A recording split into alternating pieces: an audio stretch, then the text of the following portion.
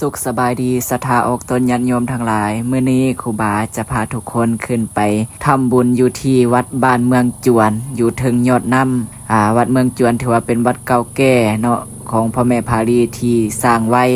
ตอนนี้ทางขบวนของพวกเฮาก็เดินทางมาฮอดยอดน้ำม่วนหรือว่าอยู่ที่ศพจวนศพสั่งเนาะซึ่งเฮาได้เดินทางออกจากวัดทัดภูเวียง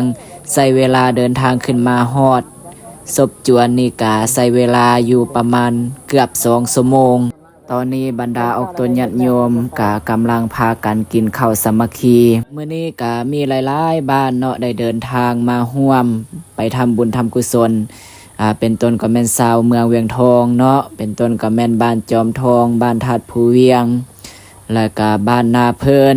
แล้วก็ออกตนญาติโยมมาจากทางแบงมาจากเมืองปากกระดิ่งเนาะก็หลายๆทานถือว่าได้มาร่วมขบวนเนาะไปเอาบุญเอากุศลนำกันมื้อนี้หลังจากที่ว่ากินข้าวกินน้ำสำเร็จแล้วเนาะก็ได้เริ่ม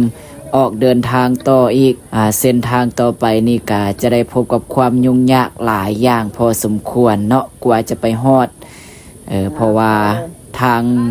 น้ำจวนนี่ก็เป็นน้ำน้อยเนาะแล้วก็มีแก้งหรือว่ามีก้อนหินหลายๆทางด้านหน้านี่ก็คือเรือของครูบาเคนทองเนาะวัดเมืองม่วนถือว่าได้ออกมาสุกเรืออันนี้ก็คือภาพบรรยากาศเนาะก่อนที่ว่าเราจะเดินทางขึ้นไปทำบุญแต่ละปีก็ต้องได้ใส่ความอดทนพยายามหลายพอสมควรเนื่องจากทางน้ำจวนนี่ก็โอ้ยยุ่งยากพอสมควรเนาะคือตามที่ว่าเห็นในคลิปนี้เลยมาฮอดแกงนี่ถือว่ายากพอสมควรเหือแต่ละลำแม่นได้ออกมาสุกหมดเลย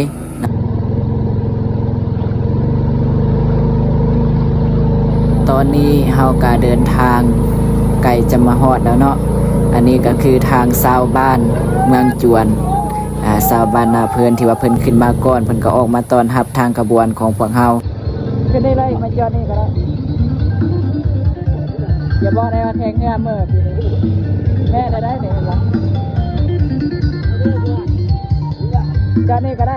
หลังจากที่ว่าเดินทางมาฮอดวัดบ้านเมืองจวนแล้วเนาะทางพ่อแม่ครูบาอาจารย์และก็อบตัวญาติโยมหมดทุกคนก็ได้มารับธนานิมนต์เนาะพระพุทธรูปลงหดสงเมื่อนี้ที่ว่าเฮาเดินทางมาก็คือมาเฮ็ดบุญปีใหม่ลาวหรือว่าบุญสงกรานต์อยู่ที่วัดบ้านเมืองจวนเด้อ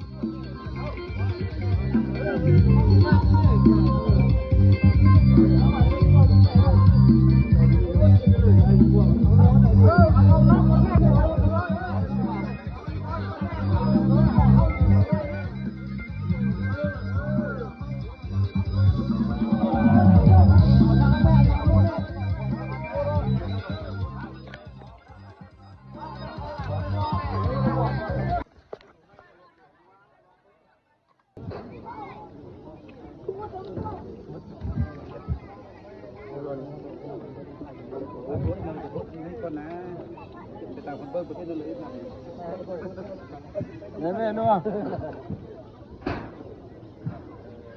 ต้องนั่งเบิ่งบ่มีผู้เป็ดก่อนสมมุติไปมั้ย